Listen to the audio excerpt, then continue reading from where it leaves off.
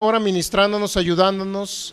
Eres tú el que levantas nuestro ánimo, Señor, en este día. Es tu palabra la que nos bendice, es tu palabra la que nos da ese aliento de vida, Señor, para vivir una vida abundante, larga sobre la tierra e irnos al cielo.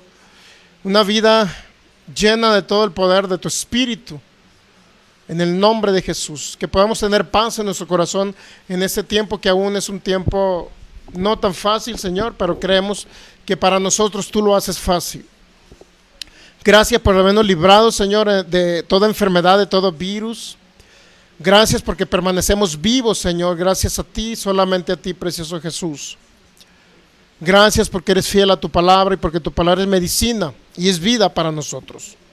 Gracias, Señor, por eso llamamos vida a cada cosa que tenemos. A nuestro cuerpo llamamos vida a nuestras finanzas, a nuestros bienes, a nuestra familia, en el nombre de Jesús. Y hoy desatamos la sabiduría y la revelación que proviene del Espíritu de Dios a cada oyente, cada creyente, cada persona que nos va a ver a través de estos medios de comunicación también, pueda llegar tu palabra, Señor, totalmente, y ellos puedan entenderla en el nombre de Jesús. Esa sabiduría que proviene de lo alto, del Espíritu de Dios, para poder captar tu palabra, Señor, para entender. Todo oído espiritual que esté cerrado, declaramos que se abre ahora mismo en el nombre de Jesús, que se abre el entendimiento, que se abre la mente de Cristo ahora mismo la establecemos en cada oyente en el nombre de Jesús. Y por el poder de tu Espíritu, la mente de Cristo la establecemos, Señor, porque somos tu cuerpo, tu iglesia, somos la plenitud de Cristo en este tiempo. Pensamos, hablamos y actuamos como Cristo, porque somos tu iglesia, Señor Jesús, somos tu cuerpo en manifestación aquí en la tierra. Por eso te damos gracias, Señor, por esta semilla que será plantada en cada corazón. Declaramos que fructifica el 100 por 1 y que no regresará vacía, sino que será prosperada para lo que fue enviada. En el nombre de Jesús, y sea tu Espíritu Santo usando mi vida, mi corazón, mi mente y cada parte de mi ser para exponer tu palabra, Señor. No sean mis conceptos humanos, sino seas tú a través de mí, Señor, en el nombre de Jesús. Más tú y menos yo, Espíritu de Dios, en el nombre de Jesús. Somos árboles, diga eso, sí, dígalo usted, somos árboles plantados junto a corrientes de agua, que doy mi fruto en mi tiempo y mi hoja no cae, y todo lo que yo hago prospera, en el nombre de Jesús. Amén. Ok, pues toda la gloria sea para el Señor Jesucristo y para el Espíritu de Dios que ya está manifestando su gracia y su amor en ese tiempo. Muy bien, pues vamos al libro de Deuteronomio capítulo 8, versículos 17 y 18. Continuamos con el tema que se llama el plan financiero del reino de Dios. Y a cada persona que nos ve a través de estos medios, ya estamos transmitiendo. Cada persona que nos ve a través de estos medios de comunicación, Dios les bendice, Cristo les ama, nosotros también, y el Señor, el Espíritu de Dios tiene una palabra específica para ustedes en este día, sea de Sudamérica, Centroamérica, Norteamérica, algunas personas de Europa que nos puedan ver de habla hispana en un momento dado, ya sea de manera directa o diferida, a través de nuestras páginas de Facebook, Fe y Poder Guadalajara y Ministerios Palabra Fe Jalisco, así como de nuestra página de YouTube también, Fe y Poder Guadalajara. Ya está este tema del plan financiero de Dios, ya van cinco sesiones, 5 conferencias o 5 enseñanzas o predicaciones, como le quiera llamar, respecto a este tema del plan financiero del reino de Dios. Así es que sean todos bienvenidos. Vamos a ver cosas grandes y maravillosas en ese tema. Dice la palabra de Deuteronomio 8, 17 y versículo 18. Dice, no digas en tu corazón, mi poder y la fuerza de mi mano me han traído esta riqueza, sino acuérdate de Jehová tu Dios, porque Él te da el poder para hacer las riquezas, a fin de confirmar su pacto que juró a tus padres como en este día.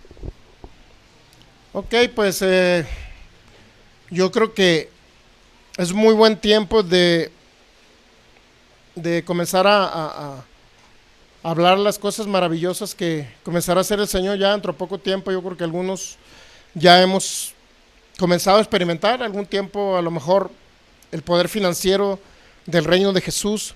Realmente esta serie de enseñanzas se trata principalmente de que usted, si está pobre, ya no siga siendo pobre.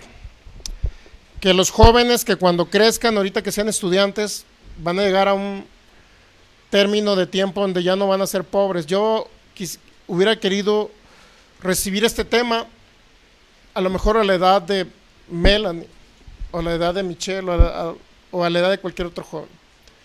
Si yo hubiese sabido ese tema, mi hermano, yo creo que ahorita estuviera no rico, riquísimo.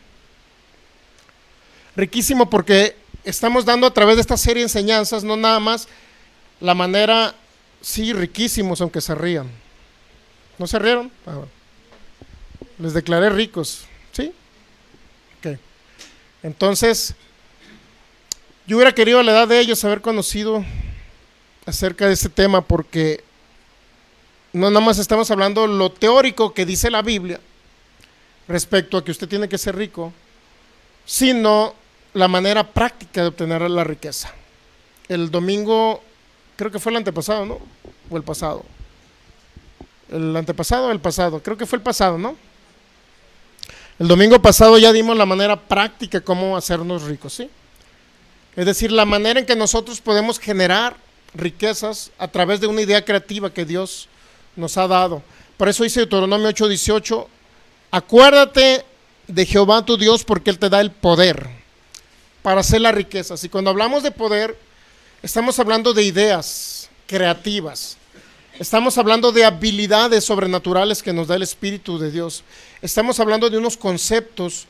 Estamos hablando de conocer un sistema donde podamos nosotros, un sistema creado por Dios y dado a ciertas personas para que en este tiempo nos llegara a nosotros la información. Nos llega la información, la idea creativa, el concepto, y nosotros lo queremos retransmitir a cada persona que nos ve por internet, a cada persona de esta iglesia Fe y Poder Guadalajara. Ok, entonces estamos hablando de asociaciones milagrosas. Ok, estamos hablando que somos tierra deseable para que personas lleguen a invertir a través de nosotros en este sistema financiero que yo creo firmemente que fue creado por Dios. El sistema financiero del mundo es el sistema del banco, donde usted dice, voy a depositar mi confianza en la institución financiera, y la institución financiera lo único que le hace es guardarle su dinero. No sé, ahí tiene guardado a lo mejor 10,000 pesos, un ejemplo. ¿Sabe cuánto le da por 10,000 pesos? Yo creo que no llega ni a 200, 300 pesos tenerlo ahí guardado. Pero si usted decide invertirlo en este sistema que creo yo firmemente que proviene del reino de Jesús y que fue creado por Dios, y esa idea dada a una persona hace 10 años, nosotros podemos hacer ricos, porque ya no vamos a trabajar en un sistema creado por el mundo, que es el banco, que literalmente ellos quieren hacerse millonarios. Digo, no tengo nada en contra de los banqueros, ¿no? Ellos tienen su negocio, es su empresa, pero no es empresa para ayudarnos a nosotros. Lo único que hace la institución bancaria es guardar nuestro dinero. ¿Entendemos ahí? Porque usted mete su dinero y no le genera nada. ¿Y qué hace el banco? Lo único que estamos confiando en él y tenemos nuestro dinero ahí invertido, entre comillas invertido, pero no invertido, lo tenemos guardado. Porque tenemos miedo de tenerlo en nuestra casa debajo del colchón, etc. Pero si Dios ha creado una idea para nosotros poder invertir ese dinero en una empresa que está funcionando, y que no es alguien que nos guarda, sino que nos invierte y lo reinvierte y me da ganancias, pues qué mejor. Siempre Dios ha establecido algo para que a todos nos vaya bien, no al 5% de la población mundial. El 5% de la población mundial, el 5% son los que están millonarios. Pero ahora nosotros vamos a comenzar a entrar en ese 5%, los creyentes que crean en eso que estamos hablando, ¿ok? Porque es un poder dado por Dios a las personas para hacer riquezas. El único problema es que ese poder de Dios dado a personas para hacer riquezas está enriqueciendo al mundo, a personas que no conocen a Cristo. Ellos están operando en ese sistema. Sin embargo, a pesar de que no creen en Dios, a pesar de que no creen en Cristo, simple y sencillamente ellos se están enriqueciendo. ¿Por qué? Porque es algo que estableció Dios para sus hijos, pero a veces han sido más sagaces los del mundo que los propios hijos de Dios. Además, no sé si quiera buscarme ahí la parte esa donde dice que son más sagaces los hijos de desobediencia, o los que no son hijos de Dios son más sagaces que los propios hijos de Dios. Habla una parábola el Señor Jesús al respecto. Está hablando de sagacidad, de habilidad para crear asociaciones con personas. Aunque está hablando de un hecho no muy correcto que hizo una persona, pero fue hábil, está hablando de inteligencia, está hablando de sabiduría, esa parábola. Ok, si me la pueden buscar, dice que los hijos que no son hijos de Dios son más sagaces aún que los propios hijos de Dios. Okay, entonces, ¿de qué se trata este tema? Principalmente de conocer que como hijos de Dios no tenemos por qué seguir pobres. Es un tema teórico práctico, es decir, le vamos a dar la teoría de lo que Dios dice en la Biblia de que usted no tiene que ser pobre, ¿no? Y segundo, le vamos a dar la manera práctica. Bueno, ya se las dimos el domingo pasado y los demás, pues cuando quieran juntan a varias personas y nuevamente damos una presentación acerca de qué se trata este sistema, ¿ok? Pero tiene que haber varios, porque sí duramos como 1 hora y media aproximadamente dando acerca y hablando de qué se trata la manera práctica de hacer bienes y riquezas, ¿ok?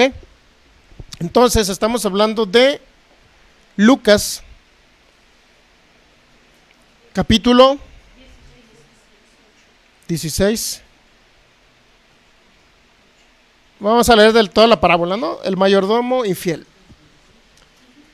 Entonces estamos hablando de lo que Dios quiere para su... ¿Qué es lo que quiere Dios? Lo rescató del infierno usted a través de Cristo Jesús. ¿Sabía que en Cristo Jesús Él nos rescató del infierno? Porque Jesucristo fue al infierno a sufrir por usted. En Cristo Jesús cargó que toda enfermedad y todo pecado para librarnos del infierno, ¿ok? Y para librarnos de la enfermedad. Pero en la cruz del Calvario, hace 2000 años aproximadamente, también llevó la pobreza, la maldición de la pobreza. Antes que nada, vamos a 2 Corintios 8:9, antes de esa parábola. Dice que esta fue la gracia de nuestro Señor Jesucristo, que por amor a nosotros, ¿qué dice? ¿Dónde cree que se hizo pobre? En la cruz. Siendo rico, dueño del oro y la plata, se hizo pobre. ¿Por quién? Por mí. Hágalo personal. Se hizo pobre por mí. ¿Cuál es la finalidad? Que Él llevara la pobreza por mí y se hiciera pobre por mí. Para que yo, con esa pobreza, esa maldición de pobreza que le cayó en la cruz, dice que yo fuera ¿qué? Enriquecido. Pero si lee otra Biblia, otra traducción, 2 Corintios 8:9, no sé, Dios habla hoy, nueva versión internacional. ¿Qué es lo que nos dice 2 Corintios 8:9? Los que traen múltiples Biblias, por favor. Yo no he ido para allá, pero no se léanla, por favor. ¿Alguien la trae a la mano? Dios habla hoy. Bueno, mejor voy. Okay, 2 Corintios 8:9.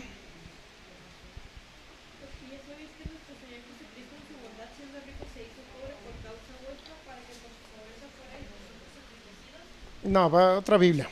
Vamos a leer otra Biblia. Traducción lenguaje actual. Ustedes saben que nuestro Señor Jesucristo era rico. Pero tanto los amó a ustedes que vino al mundo y se hizo pobre. Para que con su pobreza ustedes llegaran a ser ricos. Tenemos que quitar la mentalidad de pobreza, ¿ok? Principal objetivo de esta serie de enseñanzas teóricas es que quite la mentalidad. Segundo, le vamos a dar la manera práctica de cómo generar riquezas.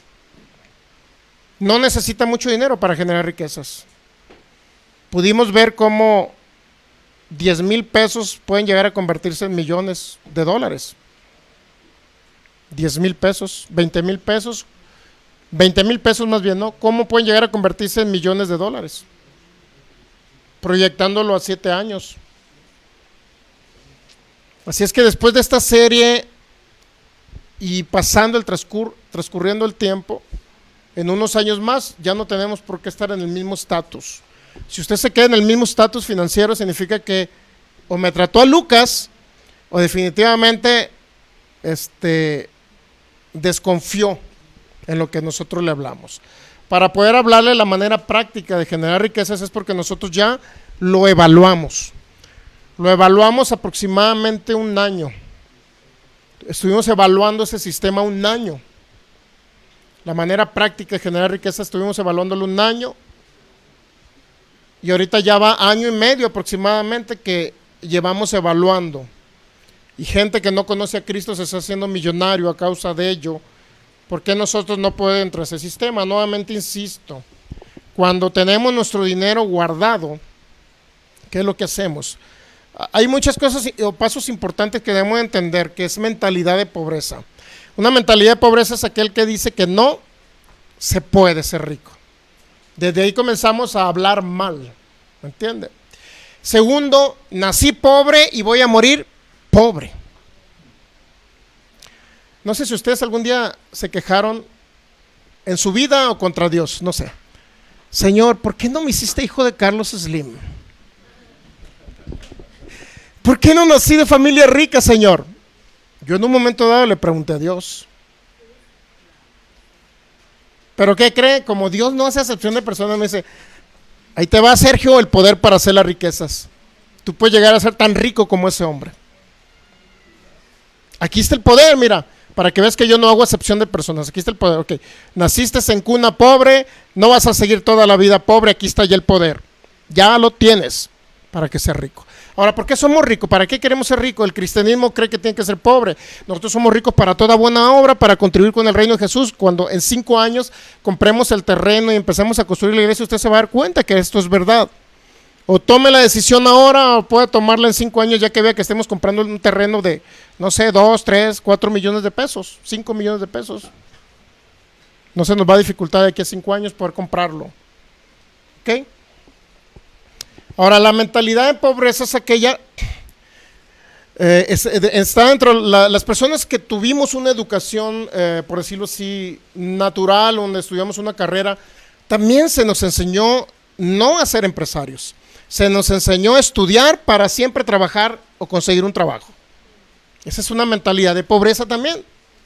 Y el sistema educativo, no nada más nacional, sino a nivel Latinoamérica, a todos los estudiantes se les enseña a realizar una carrera, terminar una carrera, graduarse, titularse y trabajar para un patrón. También es mentalidad de pobreza. ¿Por qué no se nos enseñó a ser empresarios? ¿Por qué no se nos enseñó? Porque el sistema educativo, así está, es un sistema del mundo. Y ahora lo que yo les quiero decir con eso es que no depende de que alguien haya estudiado una carrera o haya llegado a la primaria para entrar en este sistema y ser millonario. No depende de una carrera. Muchos que tienen una carrera desearan conocer esto, este sistema, desearan conocerlo, que viene directamente del corazón de Dios, y nosotros se los exponemos a ustedes. ¿Ok? Mentalidad de pobreza es, como decíamos antes, es financiarnos a través de terceras personas para hacernos de bienes. Es decir, me voy a la Coppel, pastor, y necesito un comedor nuevo, pues ahí voy a la Coppel y lo saco a crédito. Es la única manera, y yo lo he escuchado, no sé si usted, pero yo he escuchado, la única manera de hacernos de bienes es pidiendo crédito. ¿No he escuchado eso? Yo lo he escuchado muchas veces. Yo lo he escuchado muchas veces eso. La manera de hacernos de un bien es pidiendo crédito y pagándolo al banco o pagándolo a una empresa que se dedica a eso. Óigame, yo me acuerdo que una vez sacamos un estéreo. Digo, no sé por qué invertir. Pues eso no es inversión, es un gasto. Mucha gente con una mentalidad de pobreza que no tiene una educación en esa área de lo financiero, piensa y confunde lo que es una inversión con un gasto. ¿Qué es una inversión? Pues una inversión es adquirir un bien que nos vaya a servir en un futuro. Por ejemplo, mucha gente cree que si compra una pantalla, superó una de 30, una de 50 pulgadas, para ellos eso es una inversión. Lo que no entienden que es un gasto. Desde el momento que sale de la tienda nuevecito y lo pone usted en su casa, en ese mismo día ya se devalúa en un 50% aproximadamente. No la va a poder vender más, porque ya es un bien usado, aunque no lo haya usado, en que lo conecte, llegue usted y le diga al vecino, mira vecino, te la revendo porque ya no quise, me costó, digo, yo conozco personas que de esas pantallas de 50 les costaron como 40,000 pesos o 30,000 pesos, creo que pagaron por esas pantallas. ¿Era una inversión o era un gasto? Era un gasto. Y confunden entre inversión y gasto y creen que lo que es gasto, lo confunden con inversión y creen que cuando compran algo les va a servir, pero no sirve. Eso no sirve. Se devalúa desde el momento que sale del lugar donde lo compraron nuevo. Pero ¿por qué mejor no pensar, compré una de 50, ¿por qué? Pues ahí me compré una de 10 o en el celular, ya en el celular llevan la televisión. ¿Para qué compran una pantalla? ¿Por qué no ahorran e invierten? Es una mentalidad de pobreza que está en el mundo. El sistema del mundo, ¿qué te dice? La tarjeta de crédito antes batallabas para que te la dieran. Sufrías, llevabas comprobante de ingresos, mira, tengo hasta esta casa. Y todo el banco pensaba, man, a ver si te doy la tarjeta. Ahorita vas y te la regalan con la IFE, te la dan ya. Donde quiera te están ofreciendo tarjeta de crédito, donde quiera te autorizan una tarjeta de crédito. ¿Por qué? Porque el sistema del mundo es recaudarse y enriquecerse con los intereses que usted le vaya a pagar a ellos. Y que usted siempre esté endeudado. Ese es el sistema del mundo y es un sistema de pobreza porque empobrece a la población mundial y unos cuantos, el 5%, se hace rico, es decir, el banquero. Pero ¿por qué no pensar como banquero y por qué no pensar como empresario? ¿Por qué no decir en una educación que se nos da, estudiamos primaria 6 años, secundaria 3, preparatoria 3, ¿cuántos años van? 12, más 5 de carrera, 17 años me aventé más el servicio. 18 años para que me dijeran que tenías que ser contador para trabajar para un patrón. Dios mío. Y yo, ¿por qué no me llegó esto a mí? Y me dijeron, no, tienes que ser empresario. Te preparo para que seas empresario, no para que seas un trabajador. La mentalidad de pobreza es aquel, yo tengo que trabajar para un patrón siempre, es la mentalidad de pobreza. Porque nunca creen que van a superar el ser un trabajador a ser ahora un empresario. Y es lo que estamos proponiendo aquí, ¿ok? Manera teórica, ¿qué es lo que quiere Dios para todo creyente, hijo de Dios? Y manera práctica, cómo generar literalmente las riquezas. Y a cada persona que nos ve por internet, nuevamente insisto, nos mandan un WhatsApp y le hacemos una presentación de 1:30. Yo me dispongo parte de mi tiempo, que yo creo que es un tiempo valioso, pero yo lo dedico para ayudar a la gente. Y si puedo ayudar a alguien, lo voy a hacer, ¿ok? Junte a su familia en su casa, por favor. Conéctese a una computadora, le envío unos archivos y le doy una presentación de lo que se trata. Esa es la manera práctica de hacer las riquezas. Las personas de aquí de la iglesia nuevamente pueden invitar a otras personas y hacemos una sesión más adelante. Personas nuevas y los que quieran, podemos hacer una sesión nuevamente, ¿ok?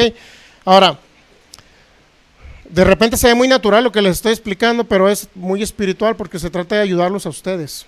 Si yo fuera otro, yo me quedara con la idea y yo me hacía rico. Y los dejaba a ustedes pobres o en el mismo estatus que están ahorita. Siempre dependiendo de un ingreso. ¿Qué pasa si por una u otra manera no laboráramos para un patrón? ¿Qué pasaría? Nos quedáramos sin nada.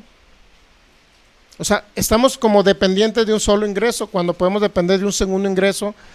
Los financieros dicen ingresos pasivos, porque mientras usted está durmiendo, las 24 horas del día su dinero está generando ingresos. Y eso realmente es el poder para hacer las riquezas, ¿ok? Ahora, vamos nos quedamos en Lucas capítulo 16, versículo 1. Dijo también a sus discípulos, había un hombre rico que tenía un mayordomo y este fue acusado ante él como disipador de sus bienes. O sea, el mayordomo no era muy bueno, ¿ok?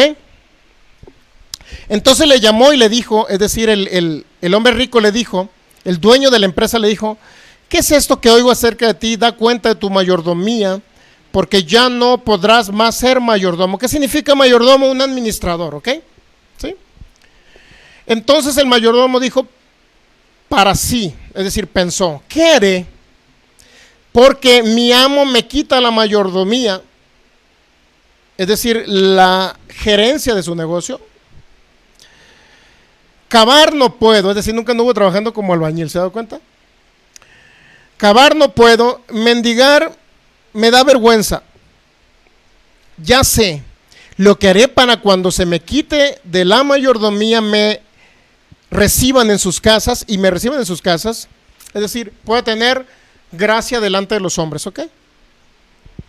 Y llamando a cada uno de los deudores de su amo, dijo el primero, ¿cuánto debes a mi amo? Es decir, este hombre comenzó a actuar de una manera incorrecta, sí, no era correcto lo que estaba haciendo, ¿ok? No estoy diciendo con esta parábola que usted haga lo que hizo el mayordomo, sino piense que este mayordomo actuó de una manera inteligente, haciendo conexiones con gente, relacionándose con personas, pero de una manera incorrecta. Lo que quiero es que usted vea la sagacidad de este hombre, a comparación de la sagacidad de un cristiano que cree, pues todavía tengo que ser pobre. Entre más pobre agrado a Dios, entre más pobrecito me veo mejor delante del mundo espiritual, entre más pobrecito tengo más beneficios de Dios. Entre más pobrecito parezco cristiano. Es una mentalidad equivocada. Cuando yo llegué al cristianismo, mi hermano, una de las cosas que regularmente no me convencieron es que los cristianos eran muy pobres. Rara vez, y cuando llega un empresario a la iglesia cristiana, lo único que hacía el pastor, darle privilegios y preferencias. Por eso yo no le voy a dar preferencia a ningún empresario rico que llegue acá, porque es el único que viene a recibir un beneficio aquí. Y no le vamos a dar porque nosotros ya vamos a estar ricos. ¿Okay? Es decir, ya no lo vamos a tratar como el pastor inferior al rico, no, vamos a ser empresarios ricos dentro de poco tiempo ya. Entonces, si ahorita no he hecho acepción de personas, menos lo voy a hacer en ese momento, ¿ok? Entonces, el cristianismo regularmente está pobre porque critican a más no poder lo que viene siendo la prosperidad financiera, la riqueza de Jesús, la riqueza que proviene de nuestro Padre Celestial. Cuando Él nos puso en el huerto del Edén, en Génesis capítulo 2, vimos que Él puso oro y plata en la tierra de Ávila. Y ese oro que Él puso en la tierra de Ávila y esas piedras preciosas que puso ahí eran para nosotros, era para los que iban a vivir en el Edén. Desafortunadamente el Edén desapareció. Pero el plan original de Dios es que fuéramos ricos. Ese fue el plan original de Dios. Si no, ¿para qué puso minerales? ¿Para qué puso oro? ¿Para qué puso plata? Dígame. ¿Ok? Entonces dice, después dijo, vamos al versículo 5, Lucas 16, 5. ¿Qué fue lo que hizo este hombre cuando lo iban a despedir de su trabajo como gerente? Y llamando a cada uno de los deudores de su amo, dijo al primero, ¿cuánto debes a mi amo? Es decir, eran los clientes del dueño de la empresa donde él laboraba, pero esos clientes obviamente le debían por algo que les había vendido esta persona. Entonces fue con un cliente y le dijo, ¿cuánto le debes a mi amo? Versículo 6, 100 barriles de aceite, lo que quiere decir que el dueño de la empresa era un comerciante, ¿sí? Y le dijo, toma tu cuenta, siéntate pronto y escribe 50. ¿Cuánto era lo que le debía? 100, ahora le disminuyó la deuda a 50. ¿Era incorrecto? Sí. No le estoy diciendo que actúe de manera incorrecta. No le estoy dando el ejemplo para que diga, voy a hacer tranza, no. Quiero que entienda que se trata de la sagacidad de este hombre para hacer conexiones con otras personas. El único que quiero que vea, ¿ok? Versículo 7. Después dijo a otro, ¿y tú cuánto debes? Y él le dijo, 100 medidas de trigo. Él le dijo, toma tu cuenta y escribe 80. Le bajó 20, ¿ok? Versículo 8, y alabó el amo.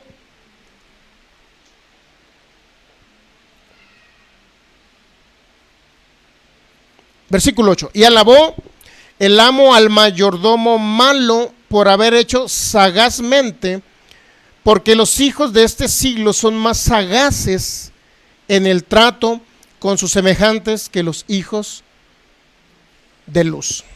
Sagaces, ¿qué significa? Bueno, si vemos la palabra sagaz, no sé, en una Biblia de un lenguaje sencillo, dice, a saber esto, el patrón felicitó al empleado deshonesto. Dice, ¿por qué va a felicitar al empleado deshonesto? Pues es que no coincide que felicite a alguien que fue deshonesto, ¿no?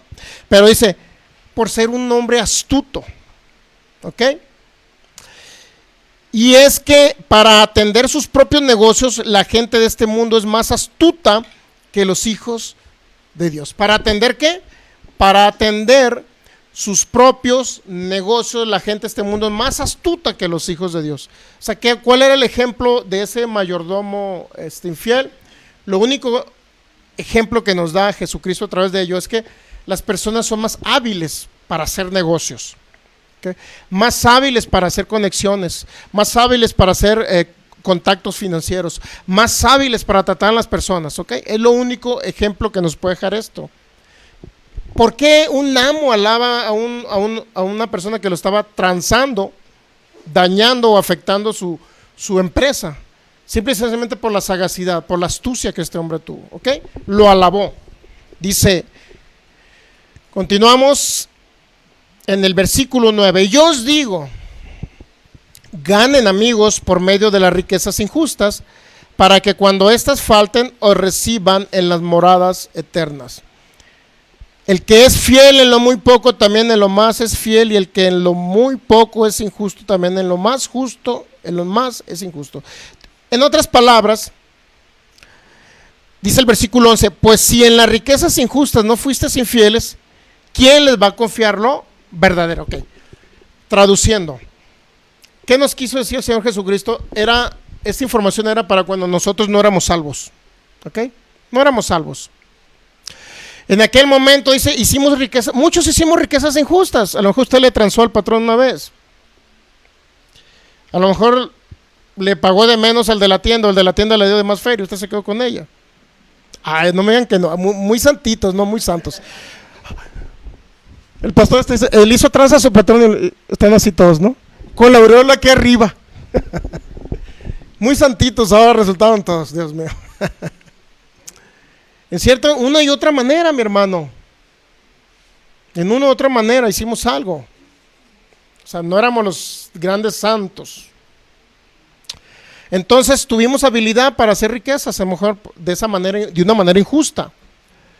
Pero si en ese momento fuimos sagaces, dice el Señor Jesucristo, porque ahora no somos sagaces, no para hacer riquezas injustas, sino para hacer riquezas conforme a Dios.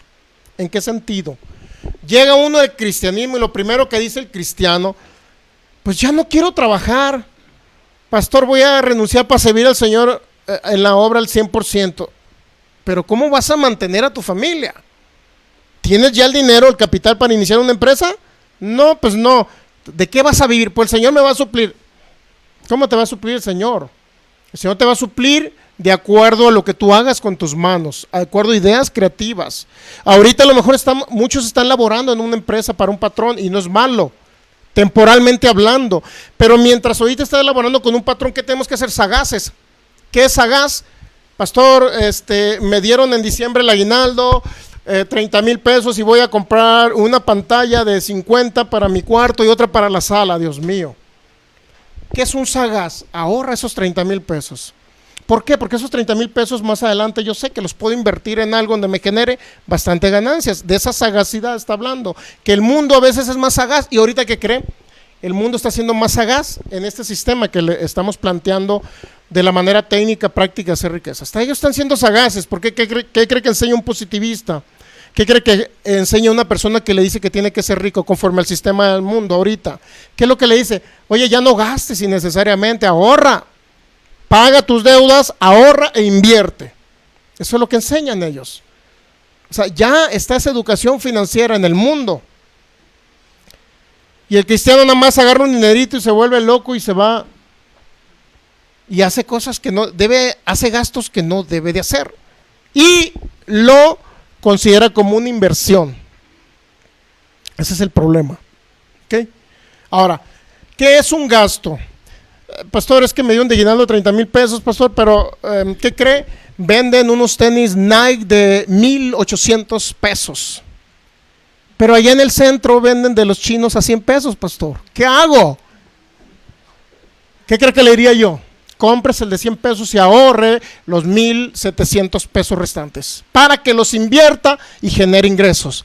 Esa astucia es la que está hablando el Señor Jesús en esa parábola. El mundo está siendo más sabio porque ahorra. Ahora, ¿cuál es la sabiduría del mundo con la de un hijo de Dios? ¿Por qué es más sagaz el mundo ahorita? Porque el mundo es sagaz en ese sentido. Porque el mundo está, o una parte del mundo está queriendo ahorrar, pagar deudas e invertir. ¿Okay? Y el mundo está creyendo por generar empresas, cuando el cristiano está renunciando a su trabajo y no quiere saber nada porque primeramente es el reino de Dios, incorrectamente mal interpretado. Ese no es buscar primeramente el reino de Dios. Cuando alguien dice, no importa que mi familia no coma, yo no voy a trabajar y me voy a ir a predicar a la Plaza Tapatía cada día. Eso no es, mi hermano, no es correcto. No es correcto, aunque suene raro, porque gente va a decir, no importa que no le dé comer. Primero, si no puedes bendecir a tu familia, eres peor que un incrédulo, dice la Biblia. Si no puedes darle de comer a tu familia, eso dice la Biblia. Si no sustentas a su familia, ¿para qué vas y le predicas a otro? Si ni tu familia te va a creer en el evangelio que tú predicas, porque ¿sabes qué? Pues papá, desde el momento que te convertiste a Cristo, renunciaste a tu trabajo y ahora no tenemos ni qué comer y te vas eso sí te vas a predicar allá, pero a mí no me das alimento. Esos hijos, mi hermano, se van a perder, porque los padres no son un ejemplo. ¿Ok? ¿Entendemos ahí? Por eso dice que el mundo es más sagaz en muchas áreas con el cristianismo, porque el cristianismo quiere renunciar a sus bienes cuando llega a Cristo. Pastor, pues tengo 3 empresas y soy muy millonario, pero ¿qué cree? Ahora renuncio y cierro esas empresas, las vendo y ya me dedico a Dios. ¿Usted cree que Dios iba a querer que la persona cerrara esas empresas? Hay personas que han cerrado sus empresas cuando llegan a Cristo, porque erradamente el líder, el pastor, le dice, ¿sabes qué? Eso es vanidad, tener riquezas es vanidad. Tienes una cadena de oro, a ver, remátala, a ver dónde, pero quítatela. Por eso dice que el mundo es más sagaz que los propios hijos de Dios. ¿Entendemos ahí? La parábola, eso es lo que nos quiere dar a entender. Este hombre hizo sagazmente, sí. Astutamente actuó, sí. El patrón lo alabó, ¿por qué? Por la sabiduría que este hombre tenía, no por la manera incorrecta en que quiso actuar. Y por eso Jesucristo compara, mira, este tiene sabiduría para crear riquezas, ¿no? Este tiene sabiduría para crear riquezas y los hijos de Dios no tienen esa sabiduría, porque cuando llegan al evangelio lo que quieren es deshacerse de bienes. Digo, no sé si a ustedes les pasó o han escuchado casos, pero yo he sabido varios casos que personas cerraron sus empresas. El caso de una persona que ministraba en el evangelio, era un maestro de universidad, tenía un salario extraordinario, había creado empresas, se iba a dedicar al pastorado al 100% y renunció a la universidad y cerró sus empresas.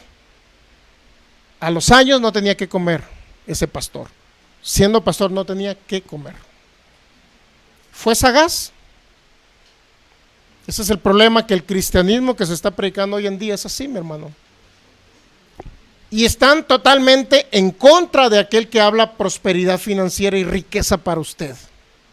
Totalmente en contra. Y dicen, ¿para qué quiero tantas riquezas?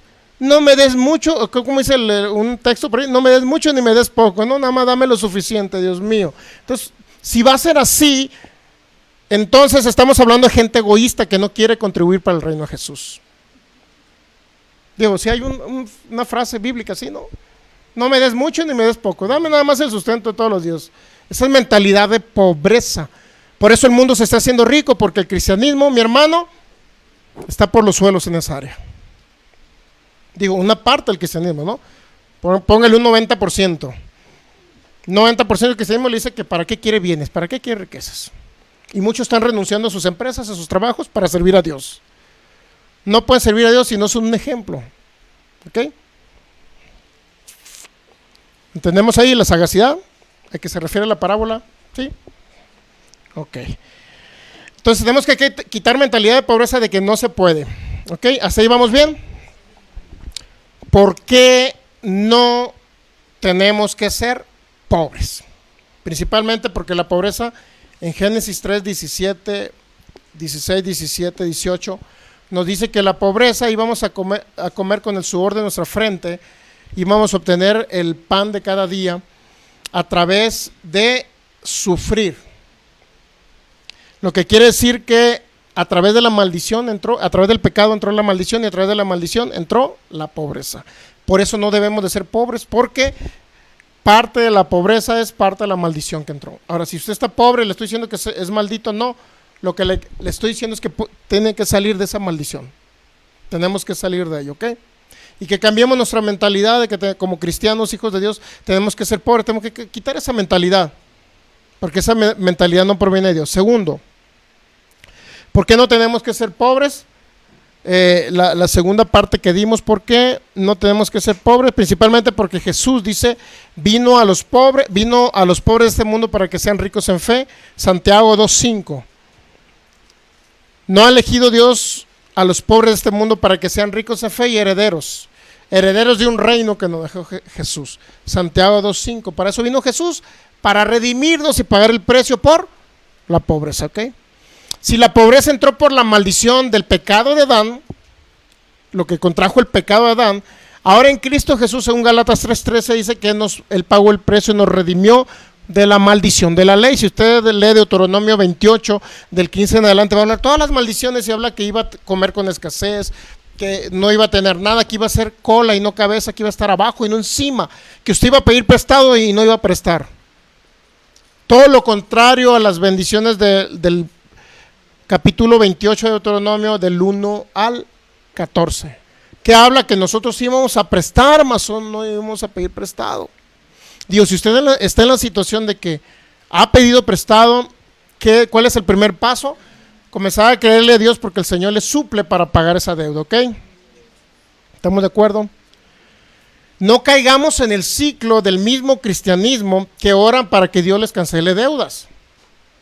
No caigamos en ese ciclo. ¿Por qué?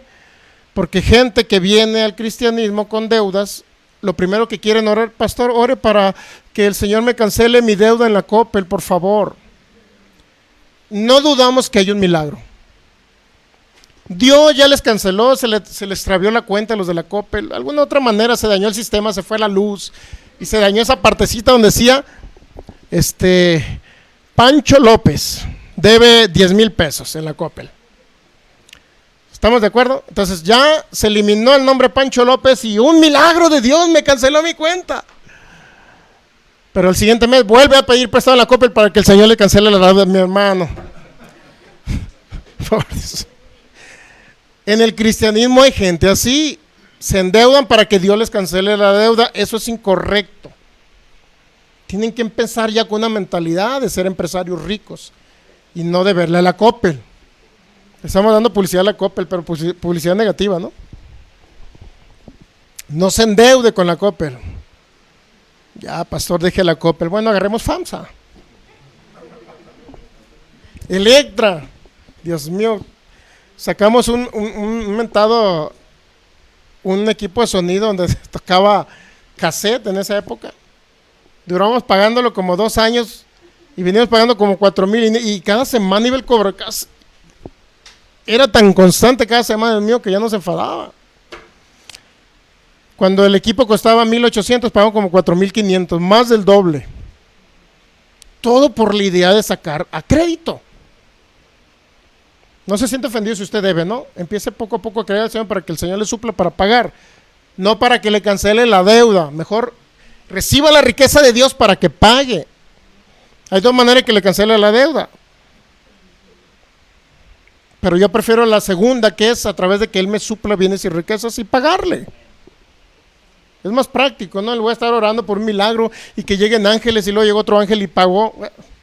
Puede ser que llegue un ángel y pague, pero esa no es la manera bíblica correcta. La manera bíblica correcta es sobreabundar en bienes para nosotros liquidar nuestras deudas y comenzar a ser ricos. Esa es la idea, ¿ok?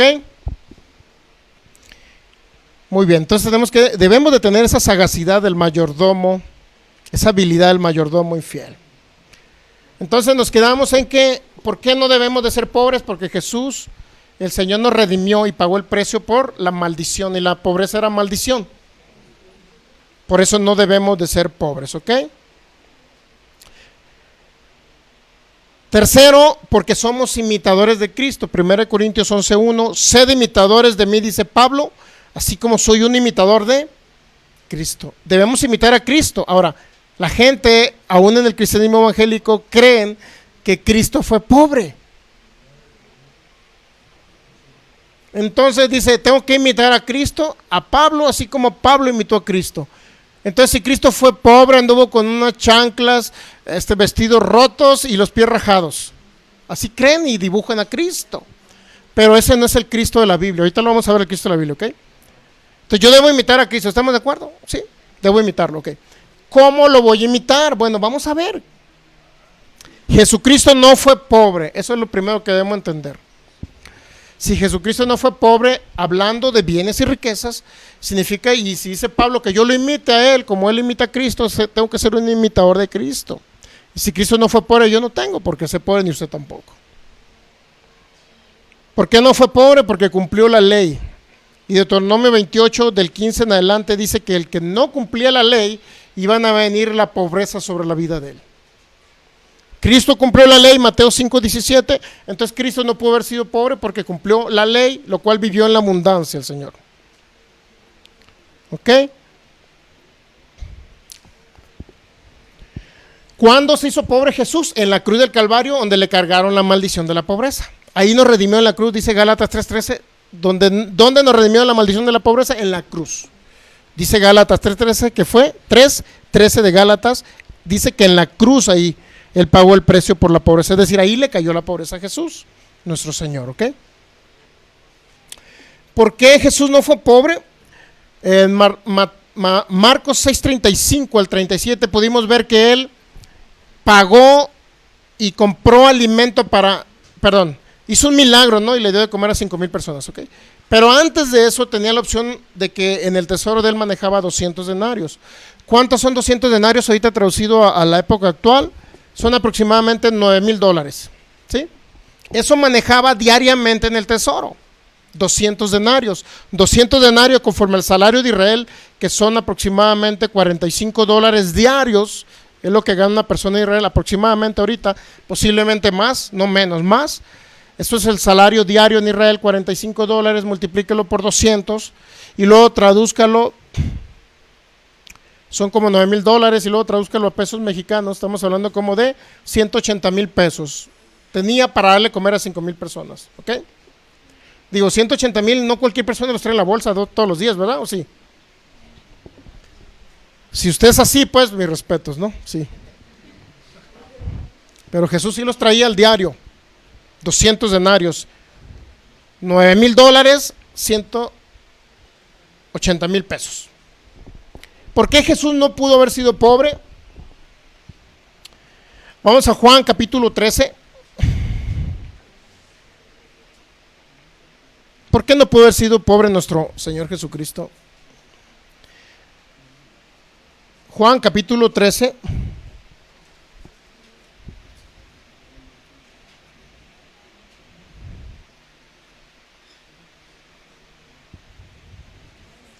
Dice el versículo,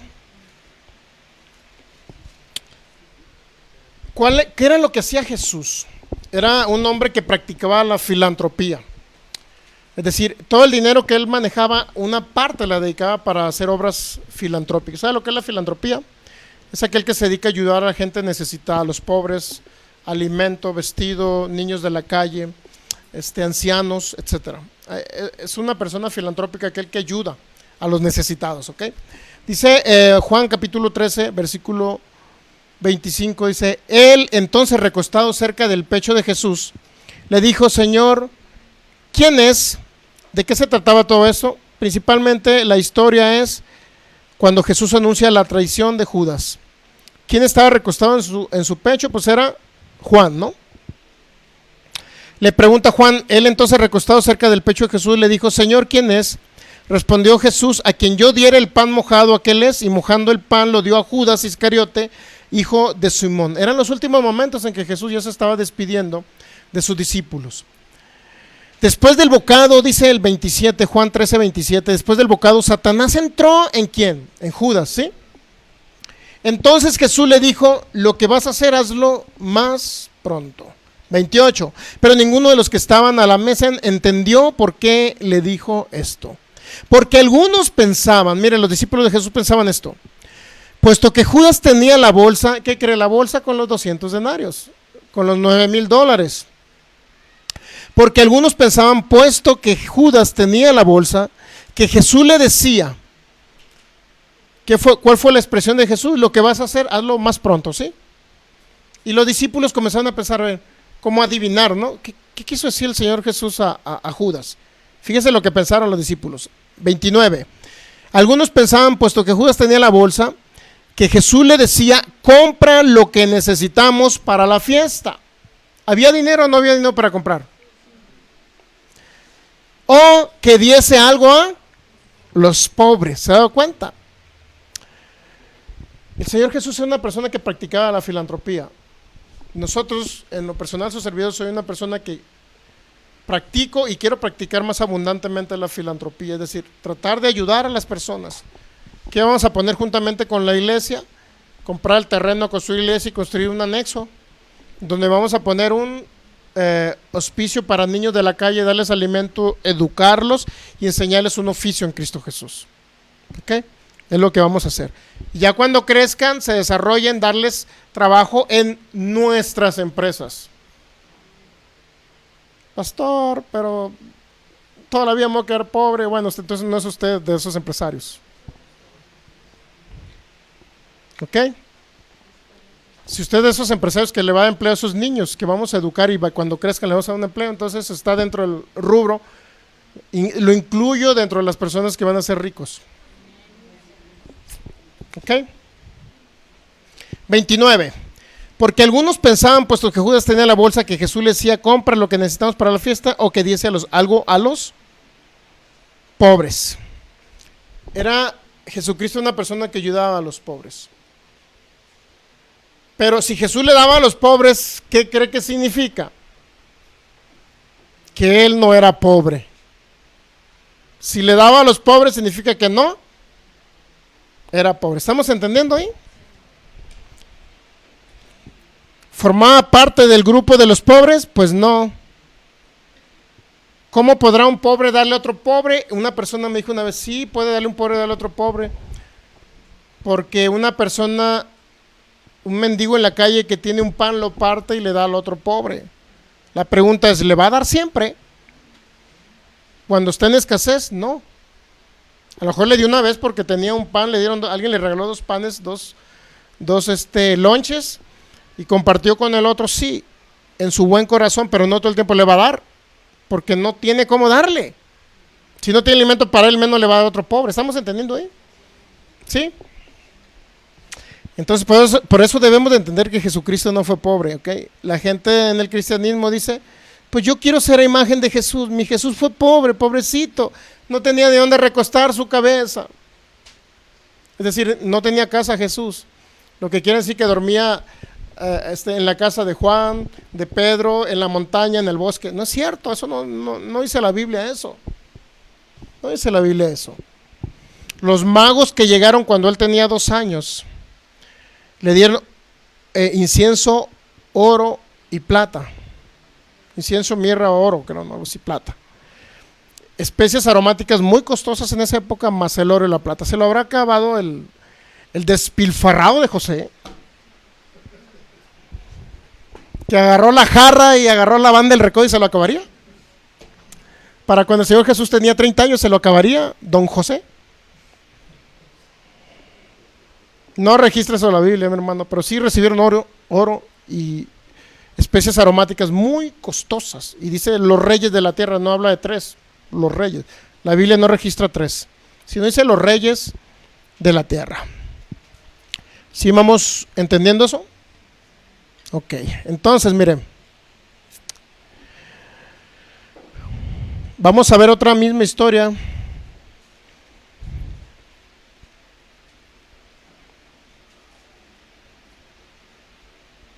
Lucas 18,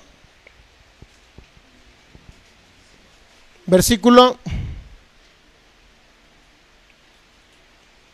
18. Lucas 18 dice, un hombre principal le preguntó diciendo, maestro bueno, ¿qué haré para heredar la vida eterna? Jesús le dijo, ¿por qué me llamas bueno? Ninguno hay bueno sino solo Dios. Los mandamientos sabes, no adulteres, no matarás, no hurtarás, no dirás falso testimonio, honra a tu padre y a tu madre. Él dijo, todo esto lo he guardado desde mi juventud. Jesús, oyendo esto, le dijo, aún te falta una cosa, vende todo lo que tienes y dalo a los pobres y tendrás tesoro en el cielo, y ven y sígueme. Ok. ¿Cuál era la idea de Jesucristo cuando alguien viniera a seguir a Jesús? Principalmente ayudar a la gente que no tenía, ¿no? ¿De qué manera podemos ayudar aún más a las personas? Aparte de ayudarlos económicamente, tenemos que ayudarlos con el Evangelio, porque el Evangelio es lo que los va a hacer ricos también. ¿Me entiende? No nada más es darles dinero, sino enseñarles la palabra, que sean salvos, que conozcan a Jesucristo, ¿ok? Vamos a ver otro caso igual, incluyendo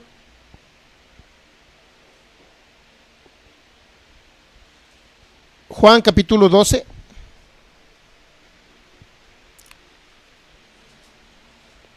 Jesús es ungido en Betania.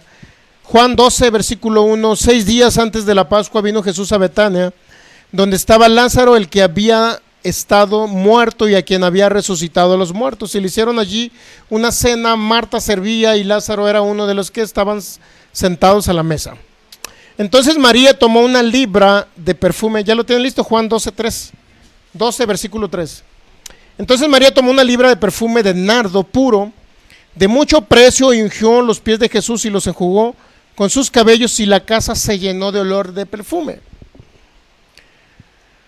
Y dijo uno de sus discípulos, ahorita vamos a ver cuánto costaba ese perfume, era un perfume aromático muy caro. ¿Qué hizo esta mujer? Tomó una libra de perfume de nardo puro de mucho precio y ungió los pies de Jesús. ¿De cuánto era? De mucho precio. Y dijo uno de sus discípulos, Judas Iscariote, hijo de Simón, el que le había de entregar, ¿por qué no fue este perfume vendido por 300 denarios y dado a los pobres? ¿Cuánto valía el perfume? 300 denarios. ¿Por qué dijo Judas, por qué no lo vendiste en 300? Porque eso valía el perfume. Es decir, Jesús fue ungido con un perfume que valía 300 denarios. 300 denarios por $45, ¿cuánto es?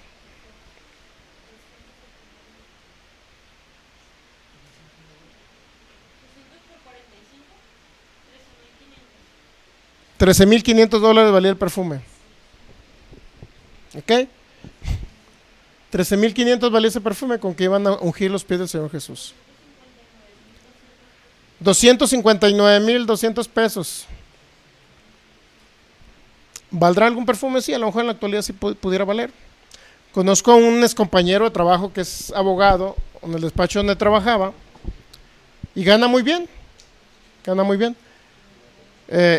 Y una compañera andaba asustada porque llegó a una tienda y compró un reloj. No sé qué tipo de reloj podía costar eso.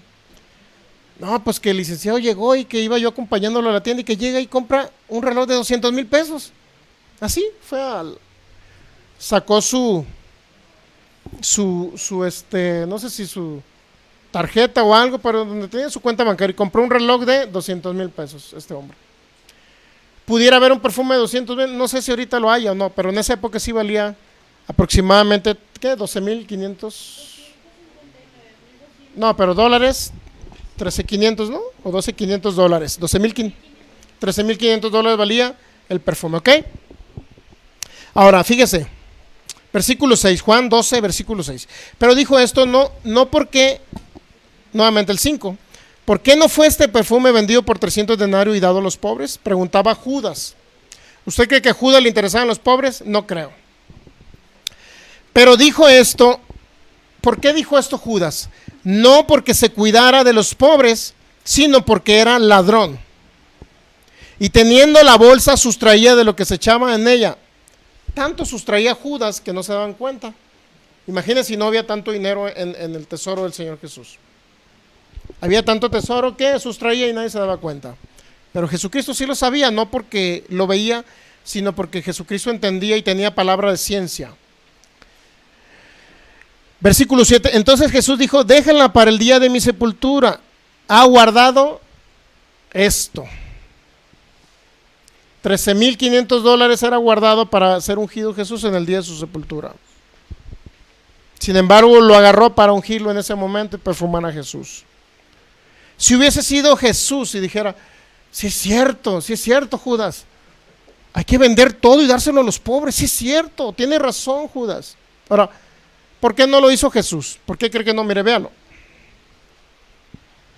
Déjala para el día de mi sepultura, ha guardado esto, dijo Jesús. ¿Por qué no prefirió vender en 300 denarios, 13,500 dólares ese perfume y dárselo a los pobres? ¿Por qué no? En ese momento, ¿por qué? Porque a los pobres siempre los tendréis con vosotros. En otras palabras, si alguien es pobre es porque es incrédulo, porque no tiene fe y porque no ha conocido este plan financiero. ¿Okay? Después de conocer este plan financiero, mi hermano, transcurriendo algunos años, no tiene usted por qué ser pobre. Usted va a ver la riqueza manifestada en sus vidas, ¿ok? Ahora, porque a los pobres siempre los tendréis con vosotros. Una pregunta yo le haría, ¿Jesucristo se incluyó ahí? Si Jesucristo se incluyó, significa que Él también fue pobre. Es decir, Jesucristo hubiera dicho esto, porque a nosotros los pobres siempre los tendréis con vosotros. Pero no dijo, se excluyó de los pobres. Nuevamente veamos, Juan 12, versículo 8. Porque a los pobres siempre los tendréis con vosotros. Él no se incluyó dentro de los pobres. Lo que quiere decir que él no se consideraba pobre. Porque la pobreza era parte del pecado. Jesús no anduvo en pecado, no anduvo en maldición, por lo tanto tuvo abundancia financiera. ¿Entendemos ahí? Si no se incluyó ahí, significa que no fue pobre, ¿verdad? Que es sencillo entenderlo. El problema es que lo entiendan nuestros hermanos de internet, cristianos sobre todo, que lo entiendan esta parte. ¿Podemos ver ahí? Él fue sin pecado, dice Hebreos 4:15. Él no conoció pecado, por eso él no pudo haber sido pobre. Si no conoció pecado, Hebreos 4:15 dice, porque no tenemos un sumo sacerdote que no pueda compadecerse de nuestras debilidades, sino que fue tentado en todo según nuestra semejanza, pero sin pecado. Es decir, si usted entiende el principio espiritual que Jesús fue sin pecado, usted entenderá que Jesús no anduvo en maldición, usted entenderá que la pobreza no pudo haber alcanzado a nuestro Señor Jesús. Él tenía la habilidad, mi hermano, de multiplicar el dinero, de multiplicar el pan, de multiplicar el alimento. Él no padeció. Él no padeció. ¿Entendemos ahí? Él no pudo haber padecido de pobreza o de escasez. Si multiplicó para darle alimento a 5,000 personas, ¿usted cree que no podía haber creado su propio vestido? ¿O haber hecho que un vestido apareciera? La verdad, ¿usted no cree? Lo material lo multiplicaba. ¿Ok? ¿Entendemos hasta ahí? Si fue sin pecado, por eso no pudo haber sido pobre. Otro motivo por lo cual Jesucristo no pudo haber sido pobre, principalmente porque era carpintero o constructor empresario. Marcos capítulo 6, versículo 3. ¿Qué preguntaron en esa época? Marcos 6:3. Bueno, leamos desde el 1. Salió Jesús de allí, vino a su tierra y le seguían sus discípulos. Y llegado el día de reposo comenzó a enseñar en la sinagoga y muchos oyéndole se admiraban y decían, ¿de dónde tiene estas cosas? ¿Y qué sabiduría es esta que le es dada? ¿Y estos milagros que por sus manos son hechos? ¿No es este el carpintero? Mire, ¿qué era Jesús? ¿Era carpintero? ¿Sabe qué significa la palabra carpintero ahí? ¿No es este el carpintero, hijo de María, hermano de Jacobo, de José, de Judas y de Simón? ¿No están también aquí con nosotros sus hermanas y se escandalizaban de él?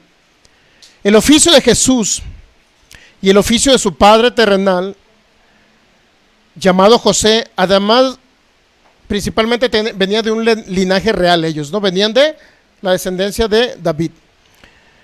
Era descendiente del rey David, dice. No necesariamente cuando habla de carpintero está hablando de un simple carpintero, sino la palabra significa constructor. Ahí va, mire, la palabra tectonos o tectonos, como se quiera mencionar, es la palabra donde se tradujo como carpintero en Juan capítulo 6, versículo 3, ¿ok? Se tradujo como carpintero la palabra tectonos o tectonos, y esa palabra tectonos también se puede traducir como, o simbolizaba esta palabra como un artesano. Como un artesano, esta palabra también significa no necesariamente un carpintero común, sino esta palabra también significa, la palabra tectonos, significa constructor. En esa época era un oficio muy valioso. Tectonos era parecido en nuestra época a un ingeniero civil. Era uno de los oficios mejor pagados de Israel de la época. Un tectonos era quien sabía cómo trabajar el barro en esa época, la madera, el metal y la construcción. Lo más parecido en nuestra época a un ingeniero civil. Alguien que se dedicaba a la construcción. O sea, no era un simple carpintero. ¿Cuántas sillas me vas a hacer? ¿Cuántos bancos me vas a hacer? No necesariamente se trataba de construcción de casas. Y era un oficio muy bien pagado en esa época, para que usted entienda el oficio de nuestro Señor Jesucristo y de su familia. En esa época los carpinteros pertenecían a una clase social alta. No es como hoy. Pertenecían a una clase social alta. De ahí que se hace referencia, ¿no es este el hijo de José o del carpintero? Eran personas reconocidas en esa época. En todo Israel reconocer el hijo del carpintero, bueno, es porque era una persona prominente, no era cualquier persona.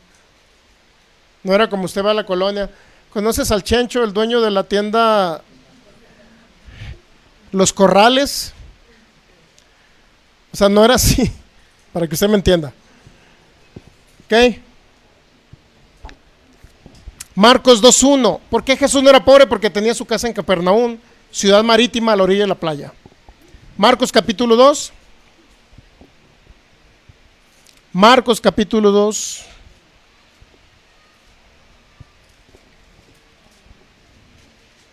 Versículo 1. Entró Jesús otra vez en Capernaum después de algunos días y se oyó que estaba ¿dónde? En la casa de Pedro, pidiéndole permiso en la casa de Juan para que le diera chance que durmiera por ahí, a la orilla del mar en una casa de campaña. No, mi hermano, dice que entró ¿dónde? En casa. Y no dice que en la casa de Pedro, en la casa de Juan. ¿Dónde estaba la casa de Jesús? A la orilla del mar. Capernaum era una ciudad marítima y él tenía su casa ahí. Ya le he dado varios ejemplos para que usted entienda que Jesucristo no fue pobre. ¿Lo podemos entender? Se nos pintó un Jesús pobre, sí, por una religión, por una tradición, porque se retransmitió. Y el cristianismo, todavía el cristianismo evangélico, mi hermano, yo lo he escuchado, mis hermanos en Cristo.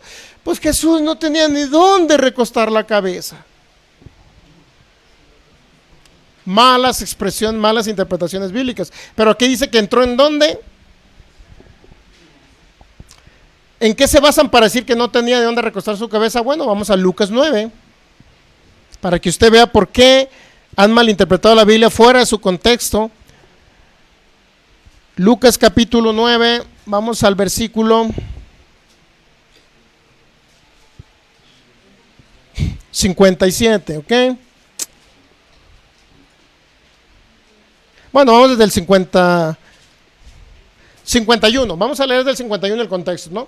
Si leemos el texto bíblico fuera de su contexto, vamos a malinterpretar la Biblia. Lucas capítulo 9, versículo 58. ¿Por qué malinterpretan de que Jesús no tenía ni dónde recostar su cabeza? Es decir, no tenía cama, no tenía una casa, no tenía un lugar donde dormir. ¿Por qué lo malinterpretan? Bueno, porque leen un texto bíblico fuera de su contexto, aislado totalmente, y ellos se hacen una idea porque alguien se los predicó de enfrente. Mire, Lucas capítulo 9, versículo 58. Y le dijo Jesús: las zorras tienen guaridas, las aves de los cielos nidos, mas el Hijo del Hombre, es decir, refiriéndose a él, no tiene dónde recostar su cabeza. Ya ven, hermanos, Jesús no tenía casa, no tenía cama, no tenía ni dónde dormir. Pero qué mala onda que no hayan leído toda la historia, ¿no? Y que hayan retransmitido ese mensaje a la humanidad, literalmente inspirados por Satanás. Leyendo un texto bíblico inspirados por Satanás. ¿Me está diciendo, pastor, que alguien que puede leer la Biblia puede ser inspirado por Satanás? Exacto. Porque con esta información de dónde no tenía que recostar su cabeza Jesús, se dijo que el cristianismo tiene que ser pobre y toda la vida vivir en una cama de piedra.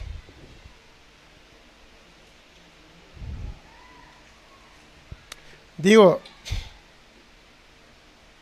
vivir en una cama de piedra, pues yo creo que ni en la sierra viven así, ya tienen sus catrecitos. ¿Conocen los catres? También suaves para mí allá en la montaña.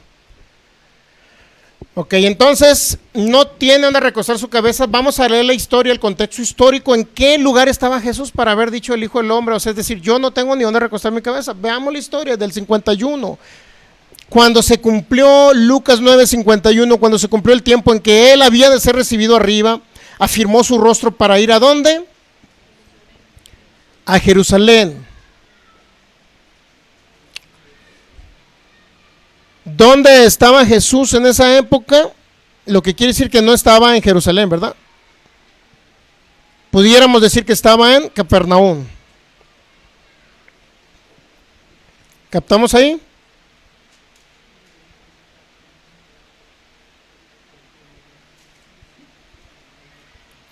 O posiblemente estaba en Belén, de Judea.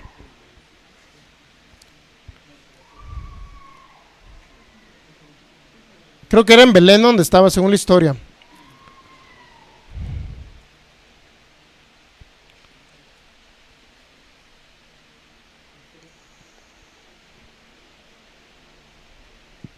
El 37 dice: al día siguiente, cuando descendieron del monte, una gran multitud le salió al encuentro. Entonces lo más seguro es que haya estado en Judea. No explica específicamente que haya estado en Capernaum, que era donde tenía su otra casa. Posiblemente está en Judea. Ok, bueno. Entonces, si alguien puede leer el contexto en lo que vamos explicando aquí, ok. Desde el 1 hasta el 50, para que determine dónde vivía Jesús en esa época, o algún comentarista que haya por ahí, un comentario. Cuando se cumplió el tiempo, dice Lucas 9:51, cuando se cumplió el tiempo de que él había de ser recibido arriba, es decir, cuando iba a morir ya y a resucitar, afirmó su rostro para ir a Jerusalén, lo que quiere decir que no estaba en Jerusalén, ¿verdad? ¿Estamos entendiendo ahí? Y envió mensajeros delante de él, los cuales fueron y entraron en una aldea de los samaritanos para hacerle preparativos. Es decir, ¿dónde estaba Jesús? ¿Por dónde iba pasando? Por Samaria. No era ni Jerusalén, ni era Capernaum, ni era Belén. ¿Dónde tenían sus padres su casa? En Nazaret. Tenían sus casas. Su casa, su papá. Ahora, si Jesús no tenía dónde dormir, entonces ¿qué pasó con la casa de sus papás? ¿Se destruyeron? ¿Desapareció? Su mamá todavía estaba viva. ¿Dónde vivía su mamá? ¿También en el bosque con Jesús? Bueno, de repente dice, bueno, hasta la lógica más lógica me hace comprender que Jesús sí tenía casa y donde dormir, una cama donde dormir, ¿no?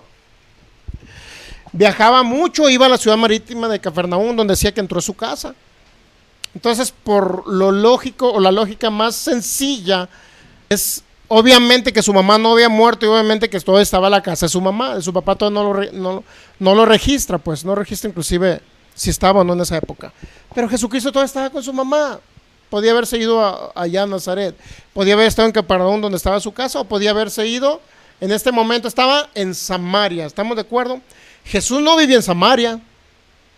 Samaria era una ciudad intermedia entre Jerusalén y Capernaum. Estamos los religiosos que creen que Dios todavía mata, destruye, asesina. Él nunca lo ha hecho en toda la historia. Lucas 9:55, entonces volviéndose él, lo reprendió diciendo: vosotros no saben de qué espíritu son. El Espíritu Santo no puede matar a nadie, porque muchos creen que mató a Ananías y Zafira. Nuevamente sacan de contexto versículos y hacen un relajo de doctrina. Versículo 56, porque el Hijo del Hombre no ha venido para perder las almas de los hombres, sino para ¿qué? ¿De qué las iba a salvar? Del infierno, pero también salvarlas dándoles protección física a sus cuerpos. Por eso no quería que fueran muertos los samaritanos, porque también podía llegar el evangelio a ellos. ¿Ok? Y se fueron a otra aldea. No lo recibieron en Samaria y se fueron a otra aldea donde Jesús no tenía casa. Yendo ellos, uno le dijo en el camino, versículo 57, ¿dónde le dijo este hombre? En el camino, ya de Samaria a otra aldea, ¿sí? Señor, te seguiré donde quiera que vayas. 58, y le dijo Jesús: las zorras no tienen guaridas, las aves de los cielos nidos. Las zorras tienen guarida y las aves de los cielos nidos, mas el Hijo del Hombre, es decir, yo, Jesús, no tengo dónde recostar mi cabeza. ¿En qué contexto, en qué historia y en qué lugar lo dijo? En el camino. Donde no estaba su casa, iba de camino a Jerusalén, entre Samaria y Jerusalén. Betsaida. Originalmente partieron de Betsaida a Jerusalén. Ok. Lucas 9:10, entonces estaban en Betsaida. Vueltos los apóstoles le contaron todo lo que habían hecho, y tomándolo le retiró aparte a un lugar desierto de la ciudad llamada Betsaida. Es decir, de Betsaida a Jerusalén, iban de camino donde no estaba la casa de Jesús, donde era en el camino, donde no era en una ciudad de los samaritanos, donde no había ni un pueblo. Por obviedad, en ese momento llega el versículo 58 y dice, las zorras tienen sus guaridas. Alguien quería seguir a Jesús y con mucho amor le dijo, Señor, yo te voy a seguir donde quiera que vayas. Bueno, dice Jesús en el 58, las zorras tienen guarida, las aves de los cielos nidos, más del Hijo del Hombre decir, yo no tengo donde recostar mi cabeza. ¿A dónde? En ese lugar donde estaban. Eso no significa que Jesús no tenía casa, ni dónde dormir, ni dónde caerse muerto, como mucho cree mucho religioso. ¿Entendemos ahí?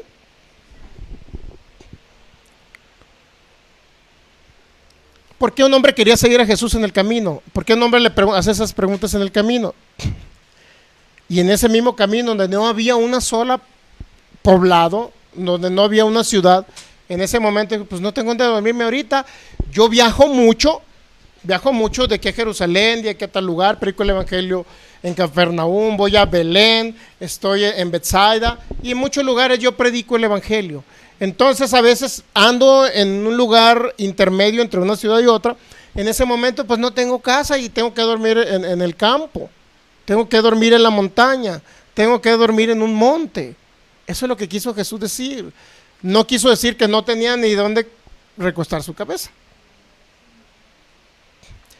Eso no significa que alguien diga, si Jesús no tenía casa, hermano, pues yo tengo que seguir siendo pobrecito. Y esa mentalidad y esa declaración que salió por su bocota los ha hecho pobres al cristianismo evangélico. ¿Entendemos? Tenemos que cambiar la mentalidad de pobreza. Tenemos que cambiar esa mentalidad de pobreza. Por último, concluimos con esto. Bueno, ya hasta ahí lo vamos a dejar. Si tiene oportunidad de leerlo, Mateo 2, versículo del 1 al 11, narra que entraron en la casa. ¿Quiénes? Los reyes del oriente, los magos del oriente. Lo adoraron, abrieron sus tesoros. Dice la Biblia en Mateo 2:11, abrieron sus tesoros en plural, no habla de un tesoro, tesoros en plural, y le ofrecieron presentes, oro, incienso, y lea Mateo 2:11, y al entrar en la casa, es decir, los reyes magos, o los magos reyes,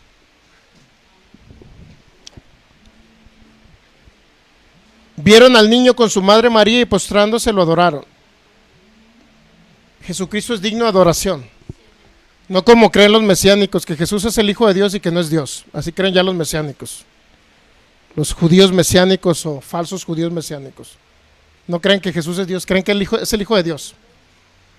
Para que usted vea a todo aquel que se quiere cambiar al judaísmo mesiánico, es decir, que fueron ex evangélicos y ahora dicen que tienen que mencionar el nombre de Jesús en hebreo. Todos ellos niegan ya que Jesús es Dios y creen que es el Hijo de Dios. Solamente es el Mesías, el ungido de Dios. Pero niegan que es Dios mismo que vino y se encarnó en Jesús. ¿Ok? Para que vea toda la gente cuando se quiere salir del cristianismo evangélico a qué tipo de sectas se está metiendo. Entonces Mateo 2:11 dice que entraron en la casa, lo oraron y abriendo, ¿qué? Dígame, sus tesoros. ¿Verdad que es plural? Entonces dice que le ofrecieron presentes. ¿Qué le ofrecieron dentro de esas partes? Ahí yo puedo ver oro. Yo puedo ver oro ahí, literalmente. ¿Entendemos? Nuevamente insisto, se acabaría el oro. José despilfarró el dinero que le iban los Reyes Magos de Jesucristo. Compró una pantalla de 50 pulgadas y no ahorró. Se compró el vehículo más caro, un camello en esa época, y despilfarró el dinero del Señor Jesucristo.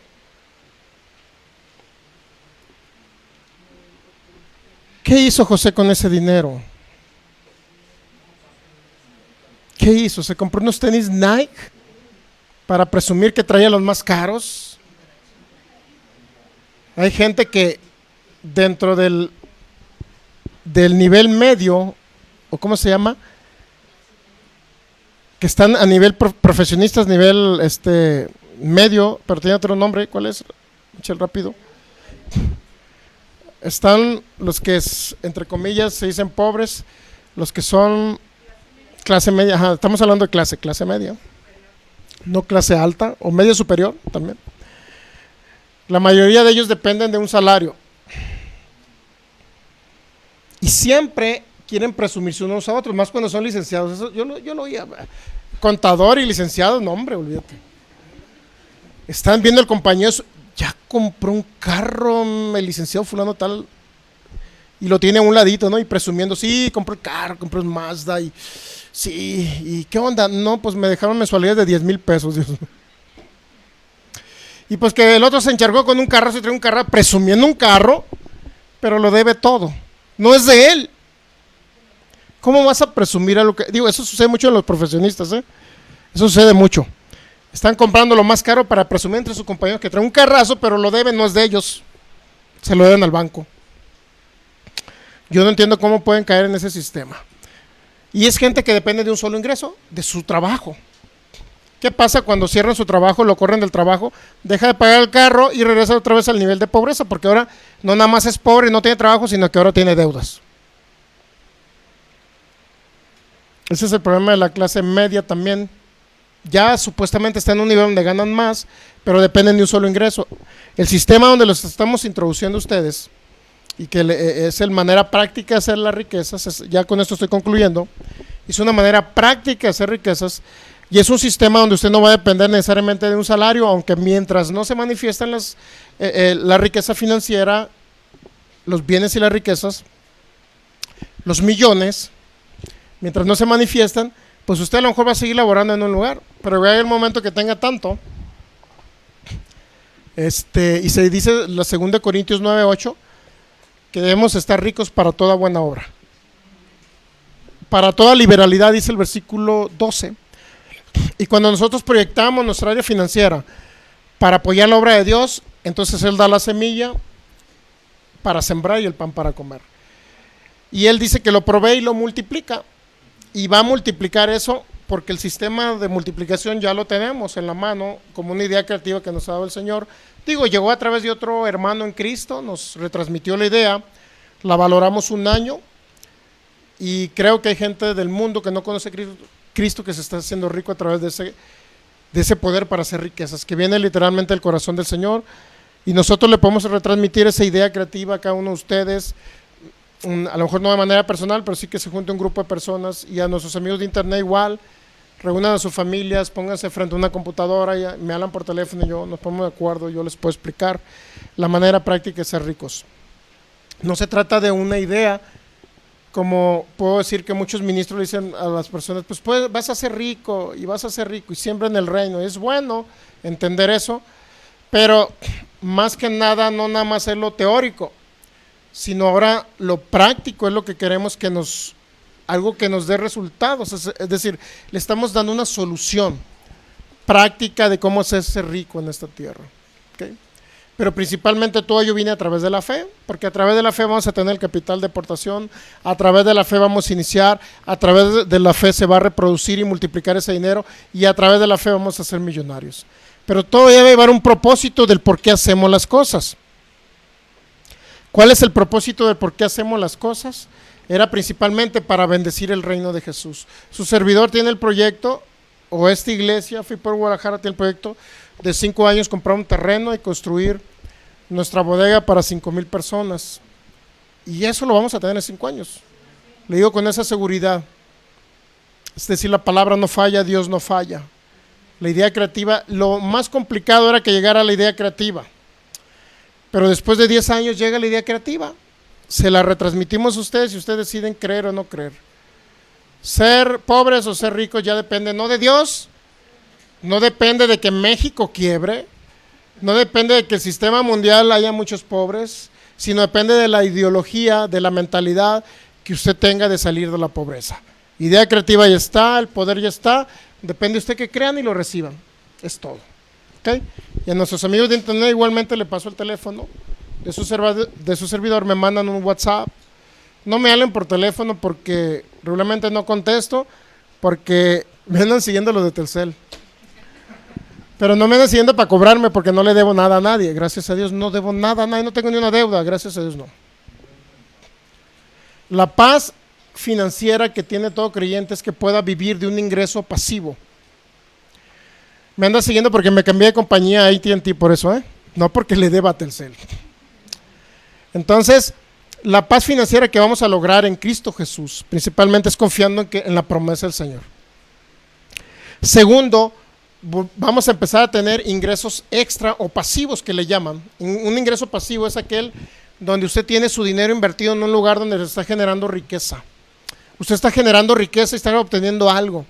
2, 3 años posteriores, usted puede llegar a vivir de ese ingreso pasivo a tal grado que pueda tener dinero para tener su propio capital de aportación para invertir y hacer y crear empresas, no una empresa, sino empresas en plural.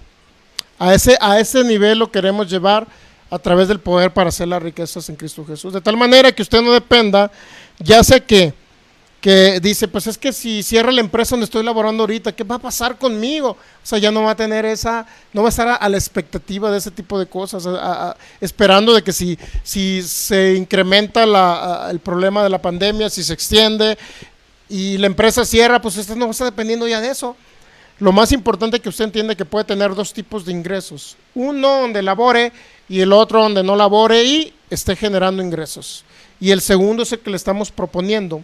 Y mientras el segundo no se manifiesta de una manera abundante o grande, pues usted puede vivir a través del primero. Pero ya que se manifieste el segundo en unos años, ya no tiene por qué tener el primero. Y el objetivo principal que usted sea rico es para que sirva al reino de Jesús. Porque en 5 años, 4 años, 5 años no queremos escuchar esto. Por lo menos no me gustaría escucharlo.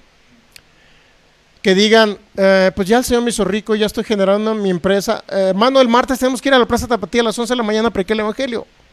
Y que ustedes me digan, pastor, es que no tengo tiempo porque tengo compromiso porque estoy formando mi empresa. Véalo, pastor. No quiero que salgan con esa chistosada. Porque no sería un chiste para el Señor.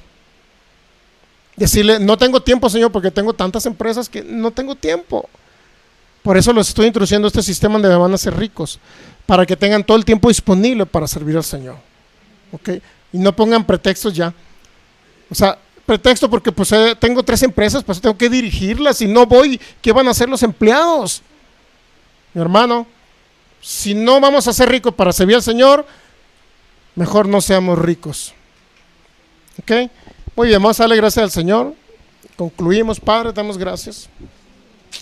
En el nombre de Jesús por este tiempo de tu palabra, por este momento que nos has nutrido, Señor, con ese mensaje de nuestro Señor Jesucristo, donde está escrito en el Nuevo Testamento, Señor, en los Evangelios está escrito que tú no fuiste pobre y que tú eres mi ejemplo a seguir, Señor Jesús. Dice el apóstol Pablo en 1 Corintios 11:1, sed imitadores de mí, así como yo soy un imitador de Cristo. Yo decido ser tu imitador, Señor. No tomar a lo mejor otros ejemplos, aunque los pudiera tomar en la Biblia, como Abraham, que fue riquísimo. Pero mi principal ejemplo eres tú, Señor, que multiplicabas todo lo que tocaba tus manos. Tú lo multiplicabas. Las cosas más costosas y más grandes y más maravillosas tú las tenías. Nunca padeciste de alimento. Porque aún así en tu tesoro, Señor, manejabas bastante dinero como para poder vestirte y para comprar el mejor vestido y tener el mejor alimento. Por eso yo no creo que tú fuiste pobre y tú eres mi ejemplo a seguir, Señor Jesús. Tú eres mi principal ejemplo. Por eso ya decido rechazar toda mentalidad de pobreza. Decido rechazar toda mentalidad de que no se puede ser rico. Decido rechazar toda mentalidad en el nombre de Jesús que no proviene de tu palabra, Señor. En el nombre de Jesús ahora yo recibo bienes y riquezas. Recibo capital de aportación para comenzar todo esto, Padre. En el nombre de Jesús declaro que soy tierra deseable. Declaro que hay ángeles trabajando a mi favor, trayendo esa riqueza financiera. En el nombre de Jesús. Yo declaro que en unos años estaré en la abundancia financiera. Declaro que tendremos el dinero para construir esa iglesia grande, Señor, ese local grande para tu iglesia, Señor. Lo creemos, máximo 5 años comenzaremos a construir ese lugar donde te vamos a adorar y multitudes llegarán a adorarte, Señor Jesús. Nuestro principal objetivo es primeramente tu reino y tu justicia para que todas las cosas nos sean añadidas. Declaro que llega la abundancia financiera en cada persona que nos está viendo a través de estos medios. Desato ese poder creativo de Dios ahora en la vida de ellos y que quedan plenamente convencidos que no tienen que ser pobres ya más. Que el espíritu de pobreza huye de sus vidas, Señor. Y que son diligentes, Señor, que son sabios en qué invertir y no gastar el dinero. Que son sabios, inteligentes y sagaces para hacer negocios. Que son inteligentes, sagaces para no meterse en deudas, Señor. Y que tú les suples todo conforme a tus riquezas en gloria en Cristo Jesús para pagar todo adeudo que tengan y comiencen ellos a invertir. Comiencen a ahorrar, a invertir. Y tú, todo lo que ellos hagan, tú lo vas a prosperar en el nombre de Jesús. Recibimos esa abundancia porque es de tu reino y porque es tu perfecta voluntad para nuestras vidas. En el nombre de Jesús. Amén. Muy bien, pues nuestros amigos de internet los bendecimos, declaramos sanidad en sus cuerpos, reciban a Jesús en su corazón. Dígale: Jesús, ven a mi vida, te recibo ahora, mi Señor y mi Salvador, tú lo eres. Gracias, Jesús, porque eres mi Señor y Salvador. El poder del Espíritu Santo hace milagros creativos ahora mismo, órganos sean reconstruidos, personas con COVID sean sanadas ahora mismo, desaparece toda infección, toda enfermedad en el nombre de Jesús. Órganos nuevos son puestos en esos cuerpos. Dios les bendice a nuestros amigos de internet y próximo viernes 7:30 estaremos conectados, próximo domingo 11:30. Dios me los bendice, Cristo les ama y nosotros también.